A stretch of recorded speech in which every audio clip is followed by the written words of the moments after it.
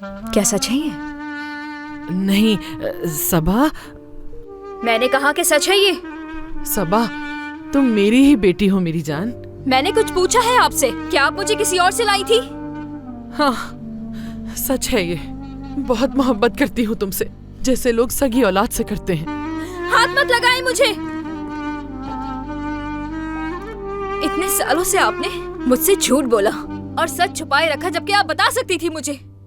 तुम मेरी ही बेटी हो सबा। मैंने तुमको कभी खुद से अलग समझा ही नहीं।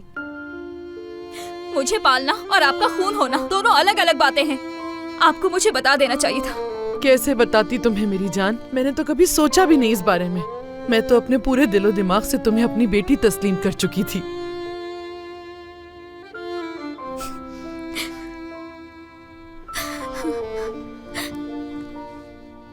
क्या उन्होंने आपको इसकी रकम दी थी अपना बेटा बदलने के लिए? हाँ? चंद पैसों के लिए आपने अपनी जान का टुकड़ा बेच दिया। आयशा,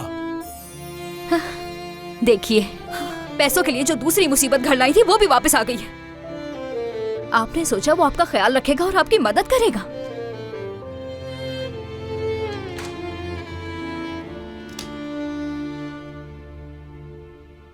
क्या मेरी वजह से जा रही हो लड़की? क्या तुम मुझे सिनान जितना पसंद नहीं करती?